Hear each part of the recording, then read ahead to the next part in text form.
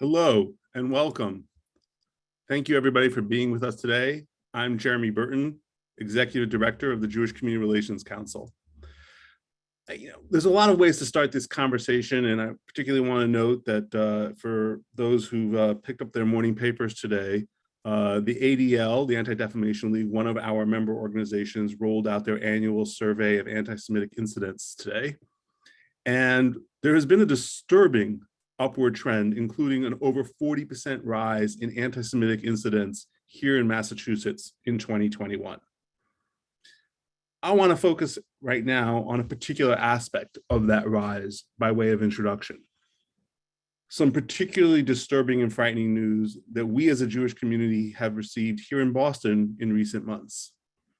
Earlier this year, we learned that the perpetrator of the 2019 arson attacks against Chabad centers in Arlington and Needham and against a Jewish-owned business in Chelsea, Massachusetts was what I will call an actual Nazi from Quincy, Massachusetts. And in February of this year, we experienced the moment when some 20 people openly carrying a Nazi swastika flag disrupted a book reading in Providence, Rhode Island. These events, literal Nazis and neo-Nazis publicly acting out in the streets, committing violent acts against our community, are disturbing, of course.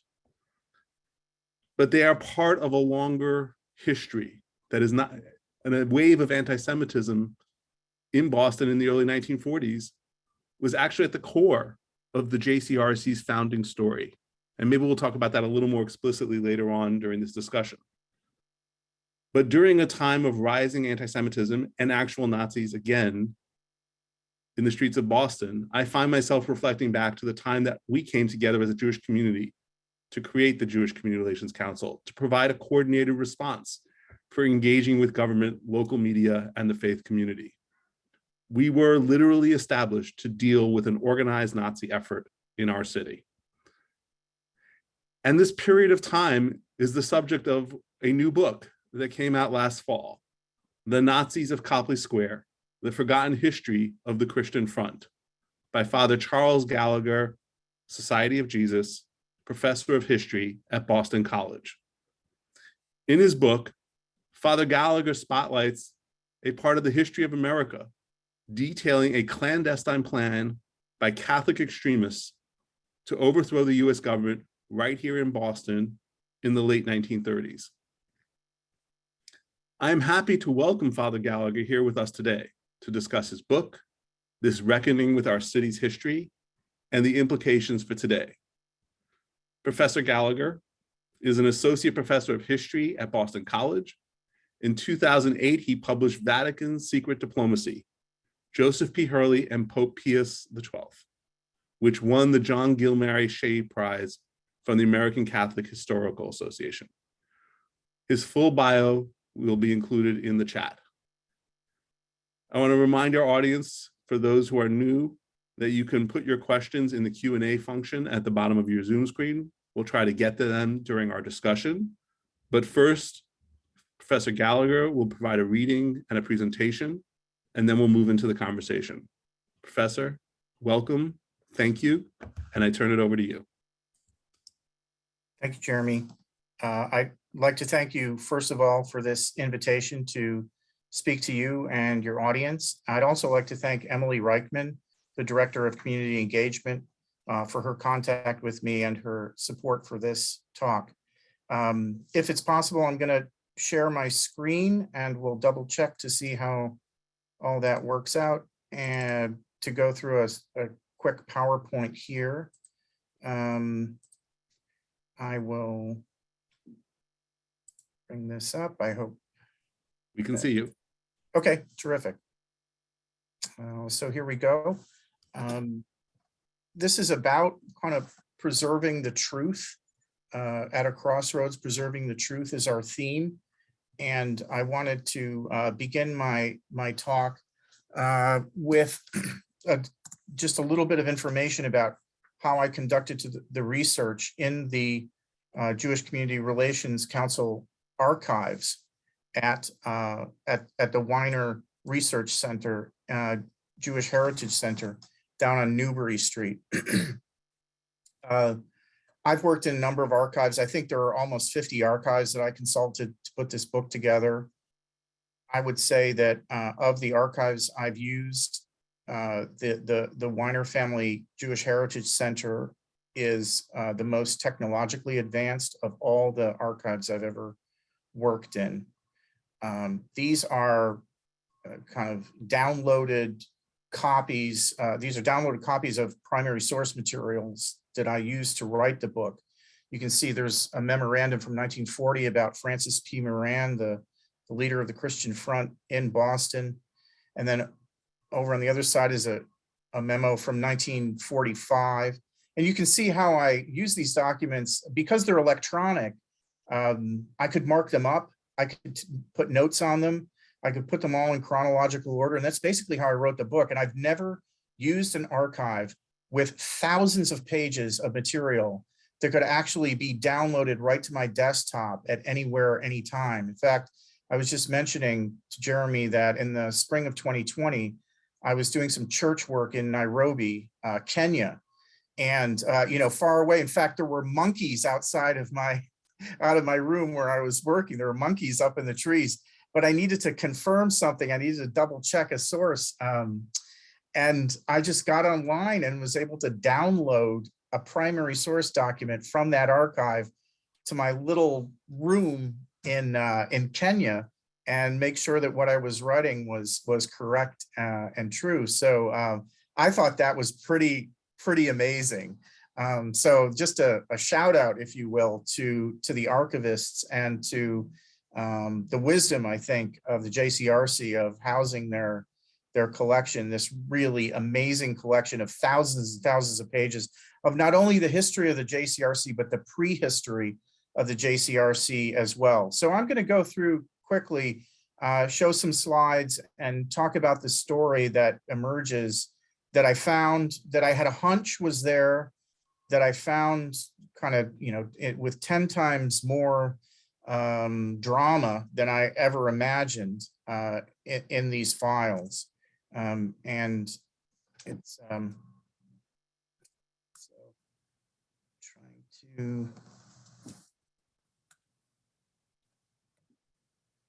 trying to advance my slides right now. Here we go. All right. So this is the cover of the book that's been published, Nazis of Copley Square.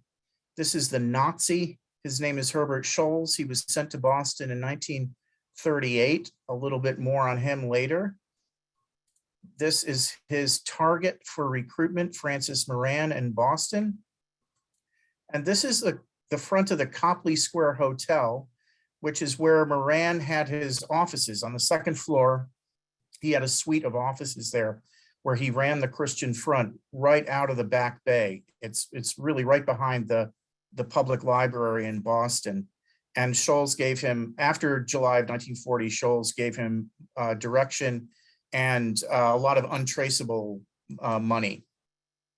But the story starts, the story for me began with my desire to kind of, as a Catholic priest, to talk about anti-Semitism, Catholic anti-Semitism, and kind of the vile nature of Catholic anti-Semitism at this time. One of my objects, though, is to kind of push along a conversation that is still stuck at the Vatican, I believe. In 1998, the Pontifical Council for Religious Relations with Jews, they went ahead and made a statement on the Shoah, where they basically indicated that while anti-Judaism, which is a religious prejudice against Jews, existed in some quarters, anti-Semitism on the part of Catholics did not. And I am of the belief that, particularly through my research in the archives, that this group, which is a fringe group, but actually has thought themselves authentically Catholic, they were definitely racially anti-Semitic, and as we'll see later, exterminationists. So part of the process of this book is to try to move that conversation so that it's not stuck with the Vatican saying that Catholics were anti-Judaic, but not anti-Semitic, I kind of want to move that conversation along and have this book be a part of that discussion, just for Catholics as well as Jews. Father Charles Coughlin is the inspiration of this group. The idea was first started, though, in London with Sir Arnold Lunn, who was a British philosopher and convert to Catholicism in 1933.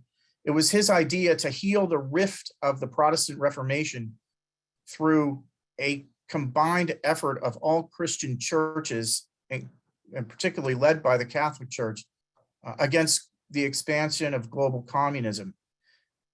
That idea was taken up in the United States by Father Charles Coughlin and made militaristic, in many ways paramilitaristic, because he equated communism with Judaism and the proposition that we know as Judeo-Bolshevism.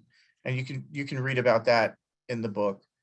Part of the, this was also part of my desire for the book, was to engage theologians. And the reason I say that is whenever anyone talked about this group, the Christian Front, when historians wrote about it, they wrote about it from the perspective of political history.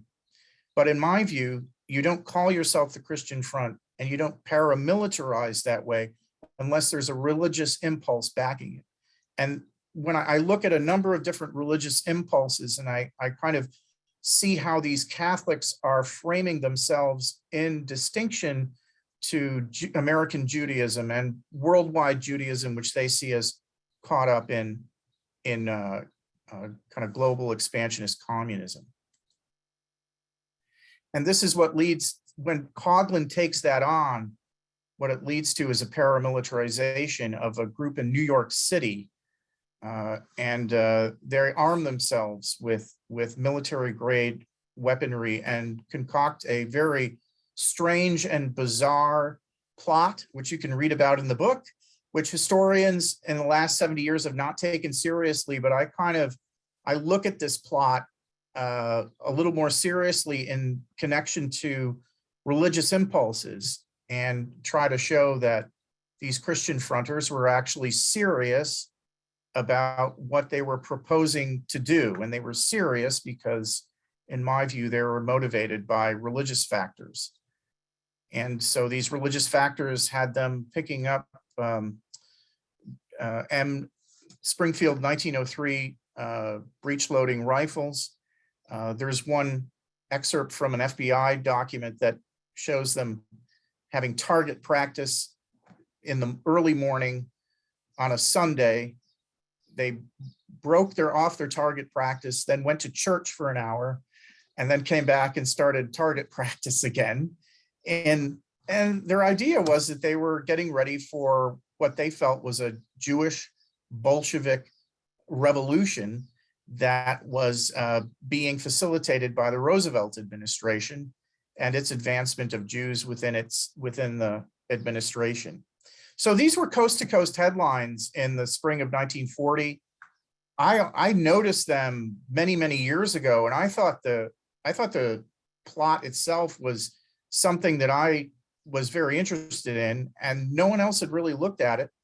And anyone who had looked at it, any scholar who had looked at it, had dismissed it as kind of a playful plot, as something that didn't go anywhere, as something that wasn't meaningful. And I thought, basically, when you have Catholics picking up arms trying to overthrow the government, I thought that was a meaningful type of issue to dig into.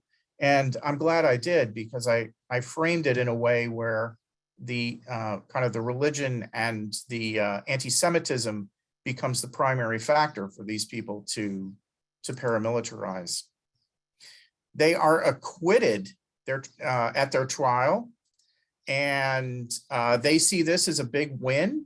And so, but the problem is that you can read about that acquittal in the book. The problem is that the FBI had such great surveillance on the New York branch during and after the trial that it more or less was shut down in New York. But then it moved up the East Coast after the acquittal, and it became most vibrant in Boston, led by this man, Francis P. Moran from Dorchester, who was an avid follower of Father Coughlin. He was very enthusiastic about Coughlinism, about anti-communism, and was thoroughly anti-Semitic. He was also a dropout from a Franciscan seminary, that's a Catholic seminary. The Catholic seminary that he went to was staffed by German priests, and he learned fluent German as a teenager when he went off to that seminary. And after about 3 years, he dropped out of the seminary, came back to Boston, started working as an insurance salesman. And by 1936, he became kind of Father Coughlin's contact man in Boston. So by 1939, when the Christian Front is actually founded, it's Moran who becomes their Boston organizer. And he is extremely bright. He's extremely energetic. He's a wonderful organizer and an amazing speaker. And he's someone who's been lost to history. So this presentation is about preserving the truth. Moran has been lost to history. His German agent who recruited him here, Herbert Scholz, has also been lost to history. But the lineage on Scholz as a Nazi is paramount here. I mean, he is one of the foremost ideologically inline Nazis that you could imagine that's never had any scholarship devoted to him. He started out as a protege of Ernst Röhm, who recruited him to the brown shirts. In 1934, there's a very dramatic recruitment of Scholz away from the brown shirts into the black shirts, the SS, by Heinrich Himmler. And then his first job as a Nazi is working in the office of the Deputy Führer, Rudolf Hess. So this is the guy who shows up in Boston to recruit Moran. This is his lineage. And again, nothing has ever been written about him. He came with a PhD from the University of Leipzig in psychology and was, in my view, an excellent spy master and recruiter.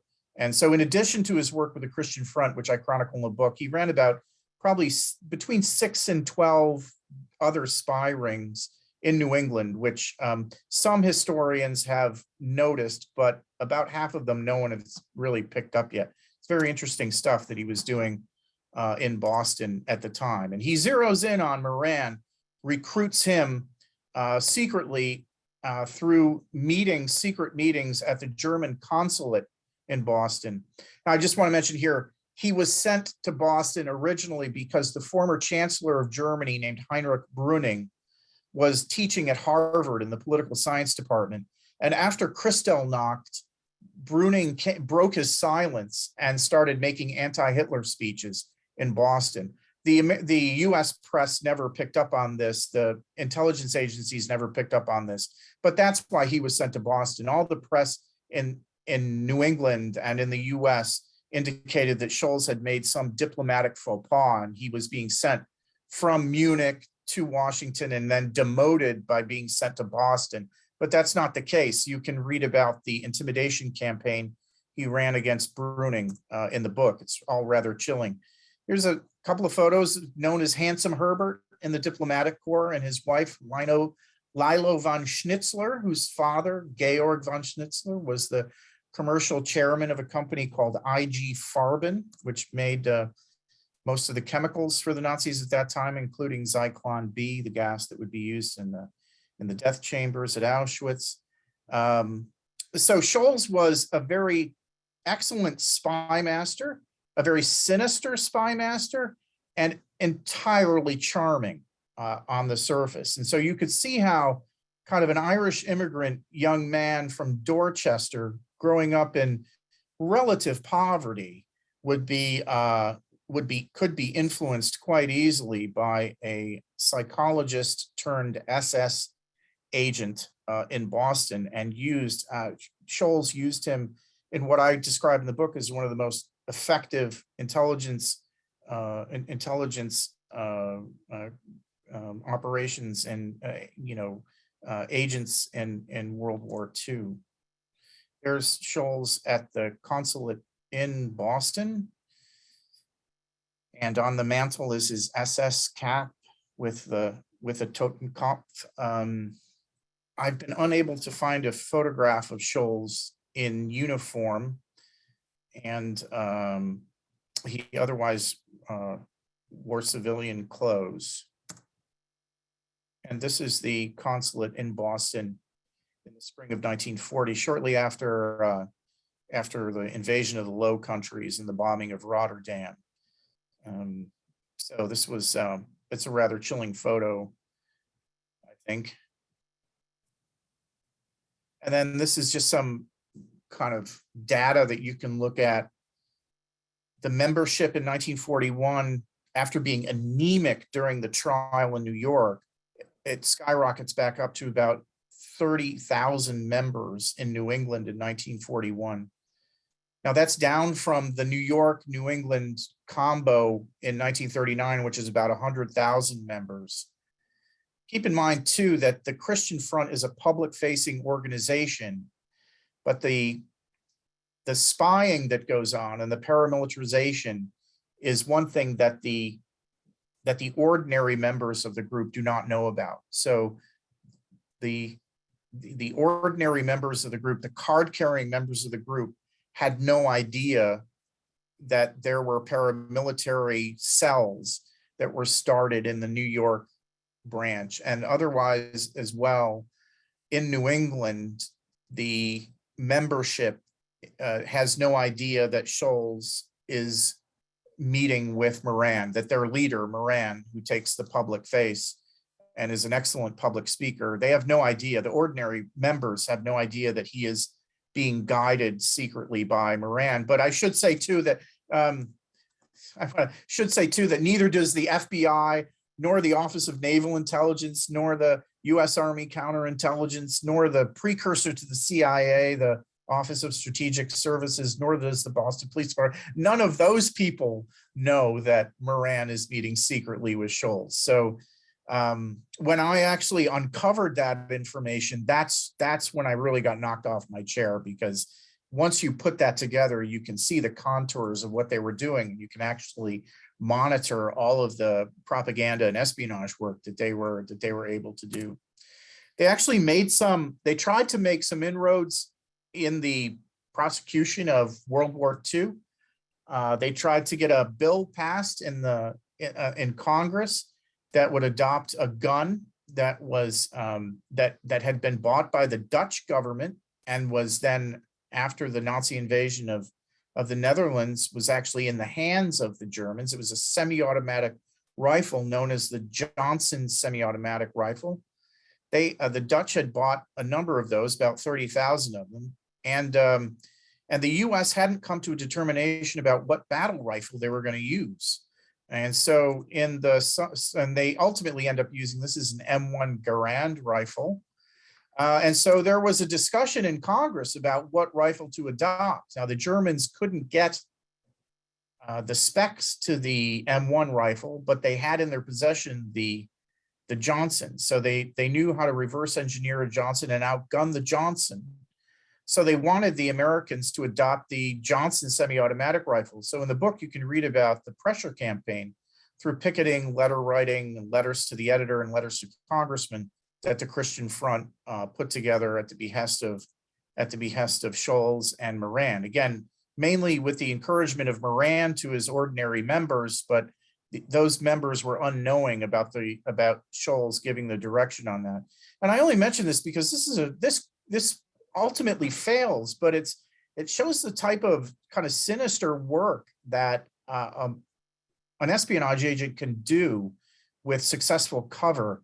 And they were pushing these conversations in Congress. Another question I always get is, how has this group always been forgotten, and how did no one know that this happened?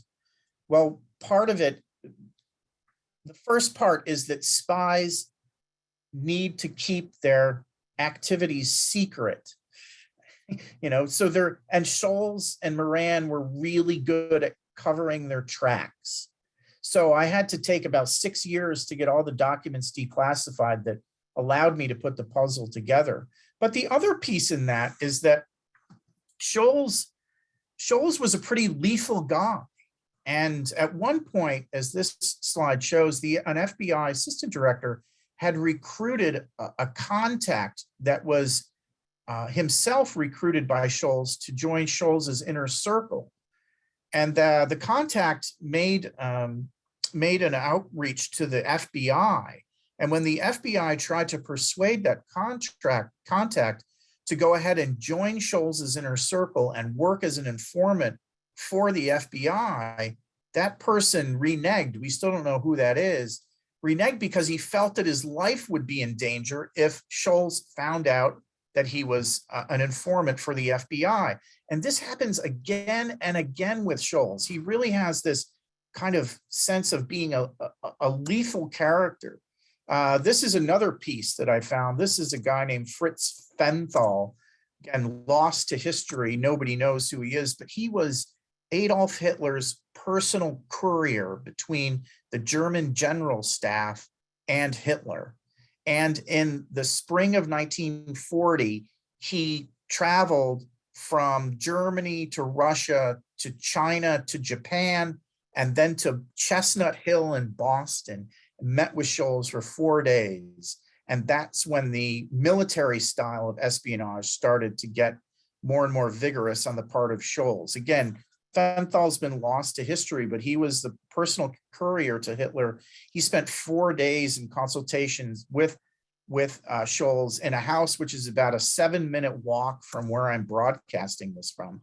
And one of the things he did, among others, you can read about in the book, was he had Moran go give religious talks to the troops at the various camps in New England. If you don't know, I mean, Camp Edwards was one of the largest US Army camps in the United States in the lead up to World War II. And so Sholes would be able to get access to these camps, and he would come back and be debriefed by Sholes about troop levels, about architecture of the camps, about mapping the camps, and all of the intelligence that one would expect from being able to infiltrate a US Army camp on the eve of World War II.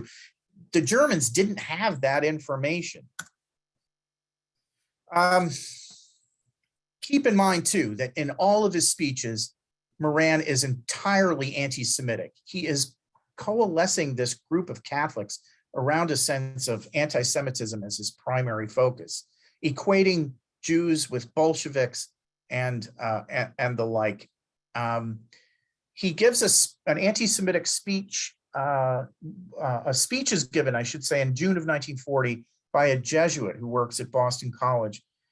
It's delivered regionally, but this Father Michael Ahern makes the case that now that the New York front case is diminished, that Catholics can be morally permitted to join up again with the Christian front.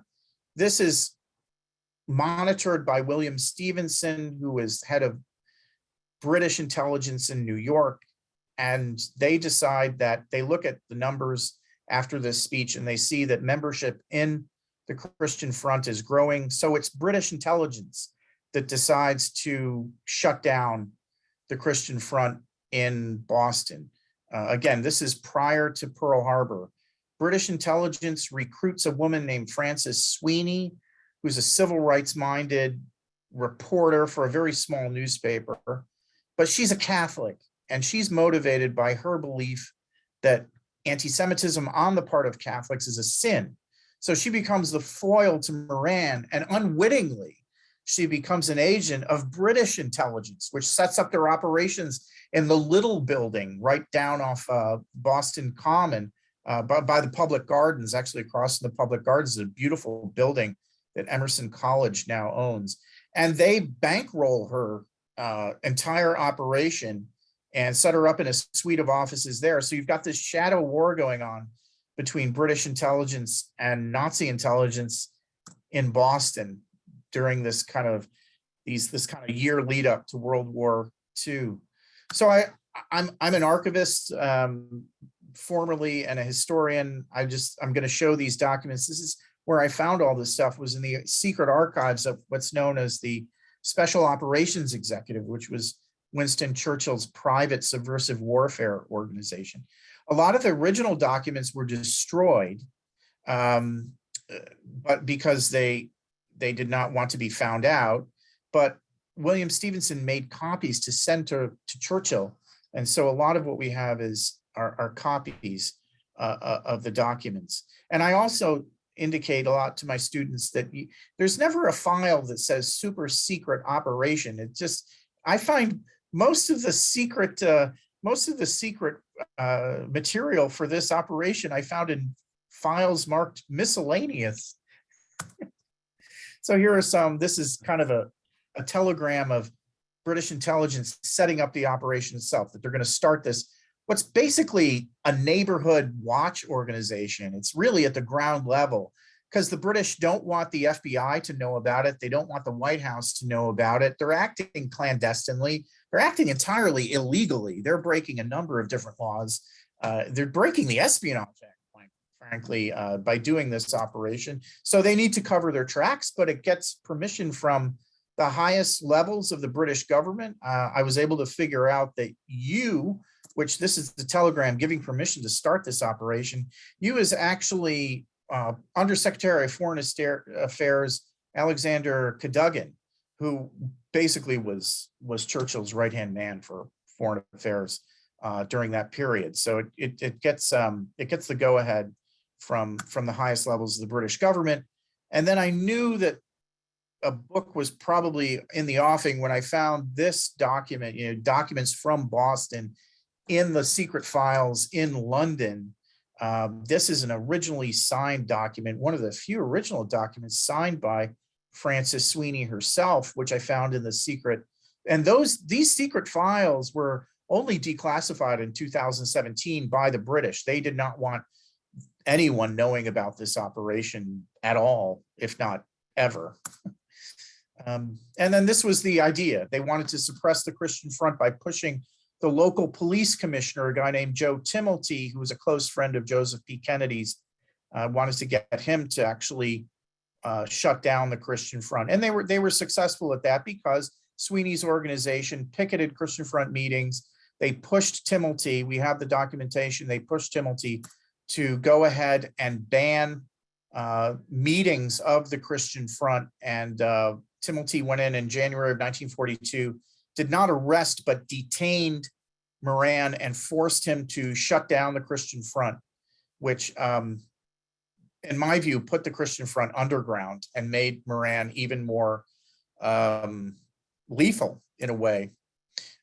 This is, for example, now in 1943, this is Moran saying that that while he's underground, and he's talking to an informant here, T1, that he's become exterminationist. And you can read that on the screen, what he's up to by now. I think forcing him underground made him more lethal.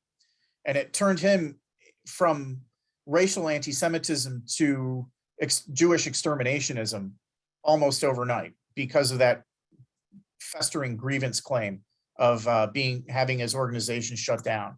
Well, you can read more about this in the book. And then finally, I just want to end with what's showing up in the history books as a gang violence against Jews in Boston in the fall of 1943.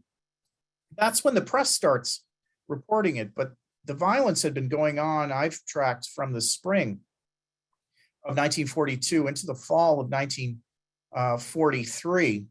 And the Jewish community in Boston was split about whether to publicize the gang violence of Irish Catholics on Jews at the time. And here we have the US Army Counterintelligence Corps was also monitoring this racial violence, which was taking place in Boston. And, is clearly very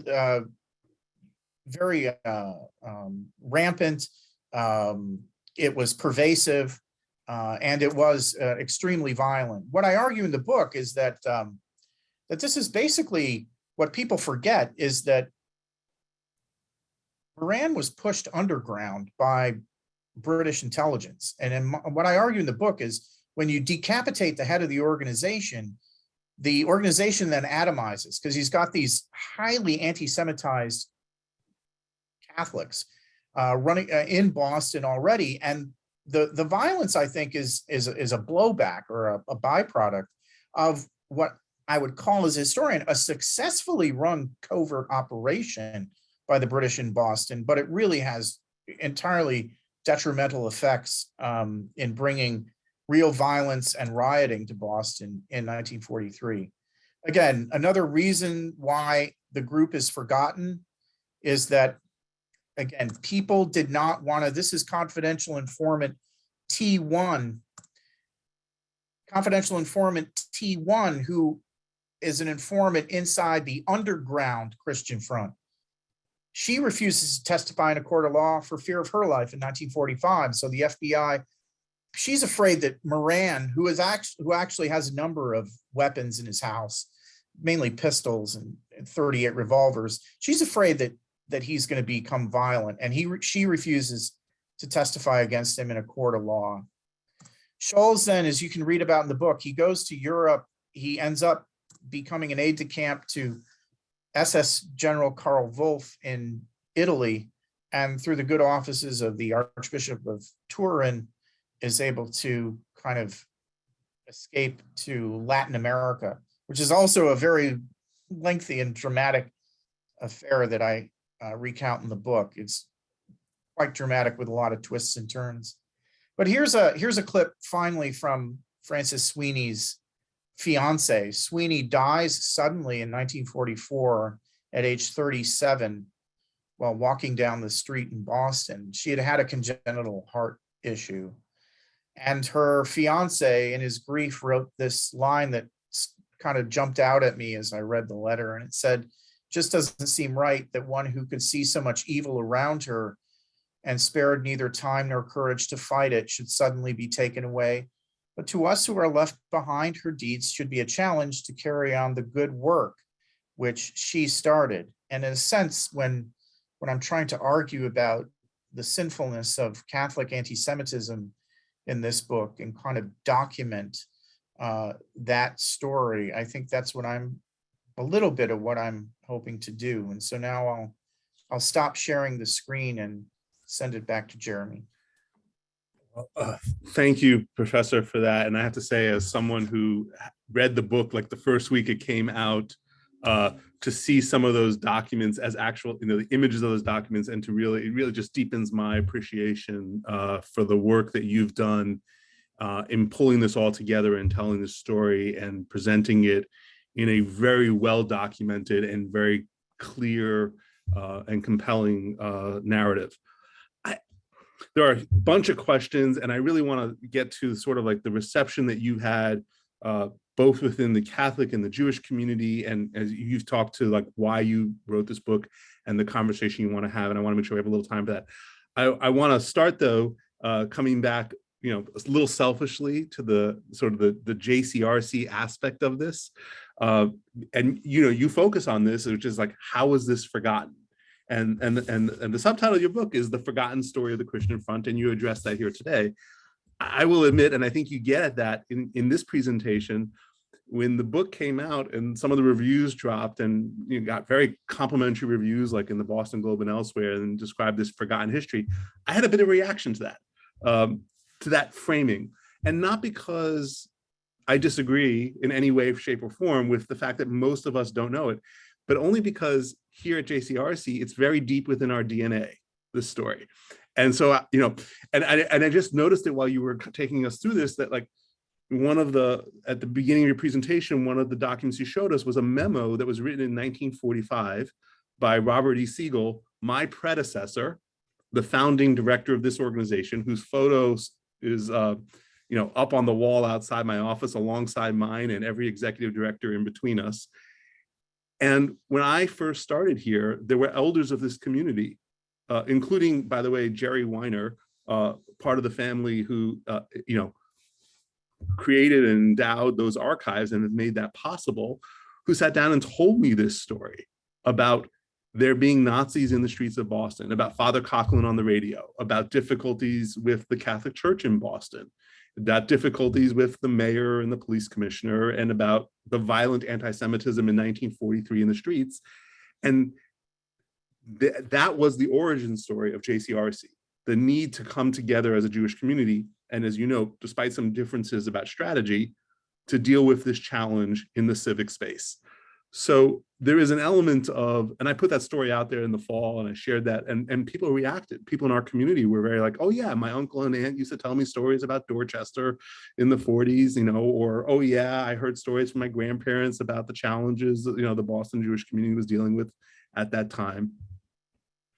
And it makes, so I want to both appreciate very much the aspect of the story when I picked up the book, and there it is in the index, Jewish Community Relations Council, and in your notes, the voluminous references to archives of essentially meetings that were monitored by Jewish leaders here in Boston, or notes that were taken about conversations with people in Boston that were then entered into our archives when we were established. But I want to then come back to like this aspect of this being a forgotten history, and your purpose in writing this story, and what that reception has been. And I hope you could speak to this, what the reception has been in the Catholic community, in the Boston community, as you have been telling the story, as you have been making presentations like this. How have people received that? What has the conversation been for you? And how do people react to the idea that this, for many, forgotten history is now being resurfaced?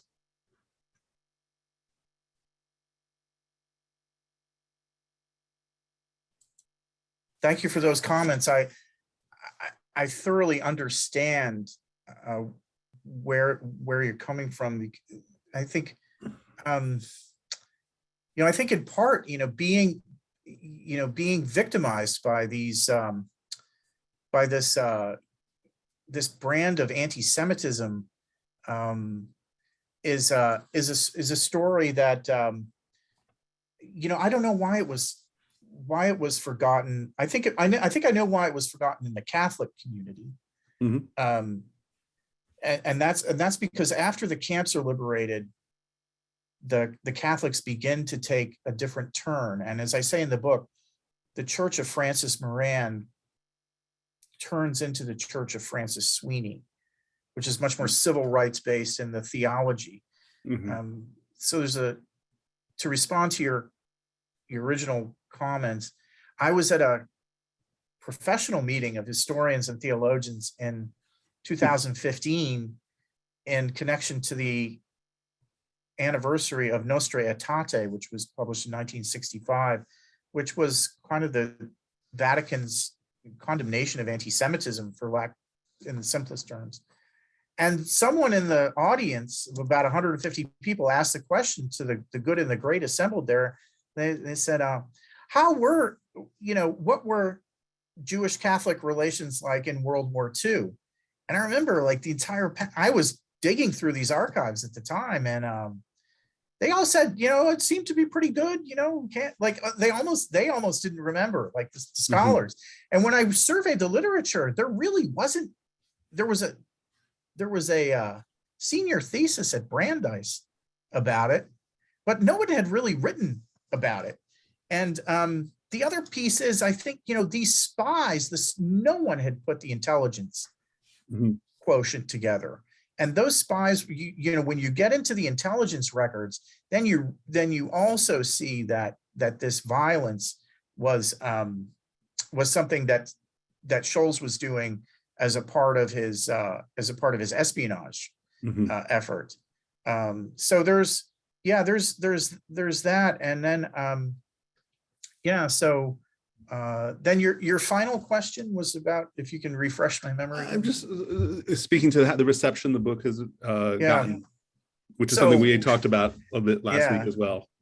So the reception, so truth be told, I was pretty nervous about publishing the book because it's a pretty shameful history on the part of Catholics. And it's difficult as a Catholic priest to write about such structural sin.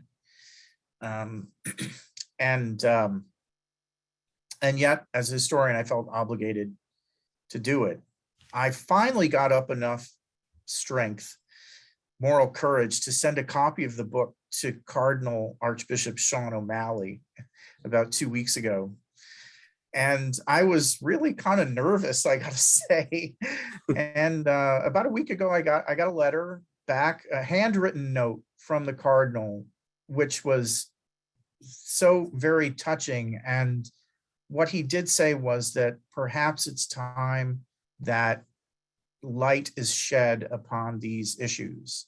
Mhm. Kind of like, I get it, and we need to kind of have a conversation about this and not hide things anymore. Mhm. And that to me was very comforting, both personally and professionally. So I was very grateful to the cardinal to think so expansively about that.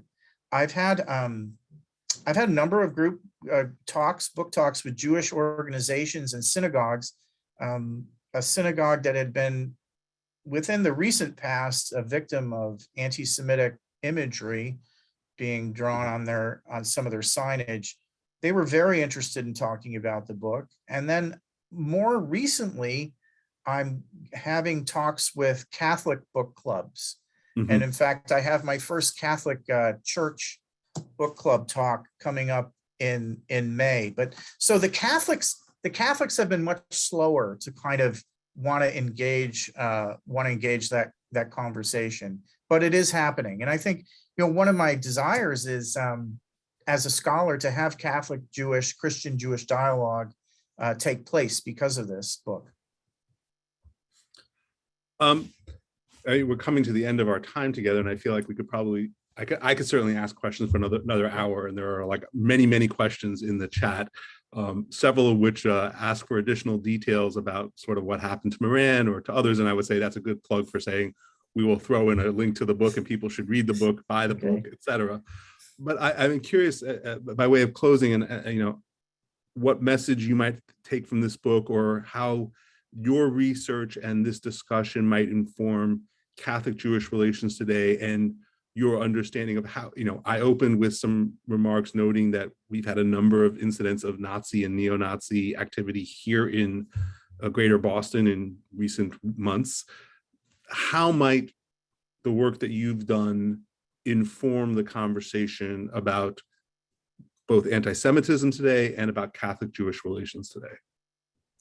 Yeah, so I think I would encourage relationships between Catholics and Jews to continue to strengthen.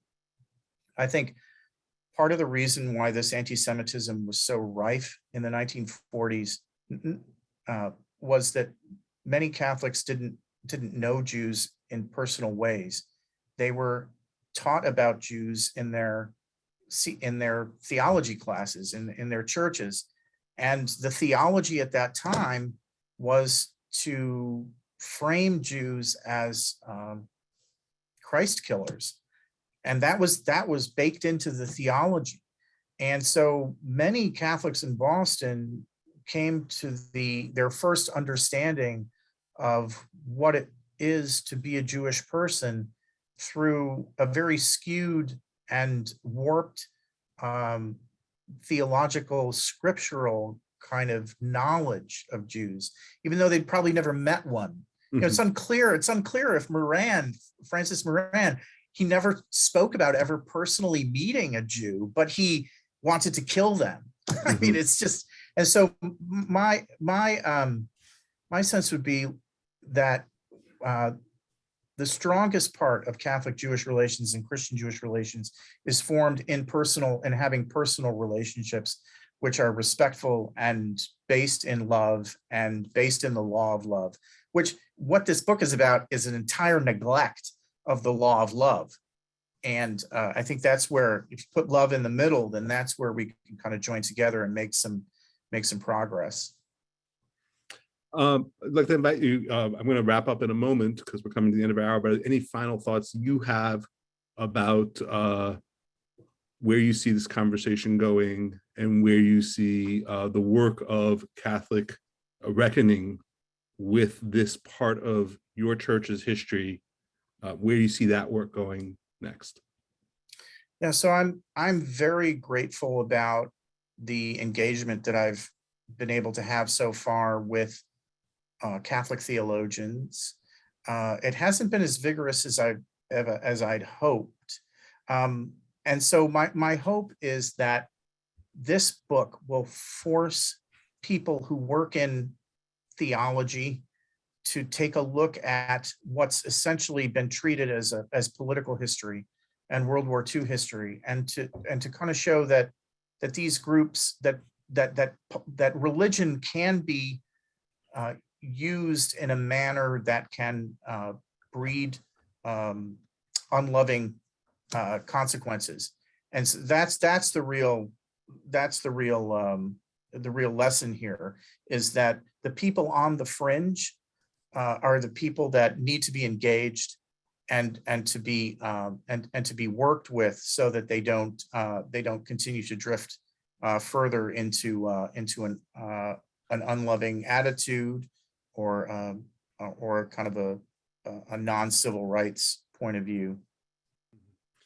Well, Professor Gallagher, Father Gallagher, I'm very grateful to you for this book, for the time you've given us, for bringing this into the conversation and into the light in the way that you have. It's a wonderful book.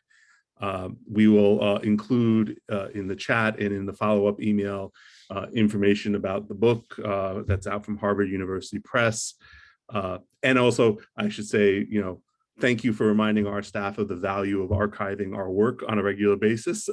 It's a good reminder to us of the role that we and other institutions play in the life of the city, and documenting this for future historians as well, who will want to understand, frankly, some of the things that are going on today.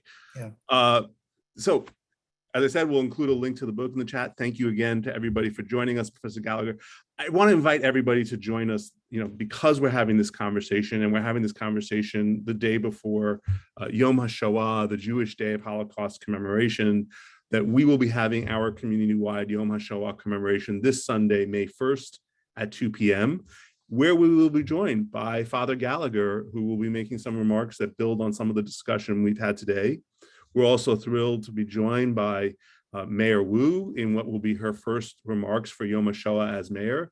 And we'll be hearing from one of the survivors, Frida Grazel, who continues to bring to us and to others, as other survivors do, their personal witness and testimony, so that we can be transmitters of memory and the testimony of the facts and the reality and the experience of the survivors in the years that we still have with them.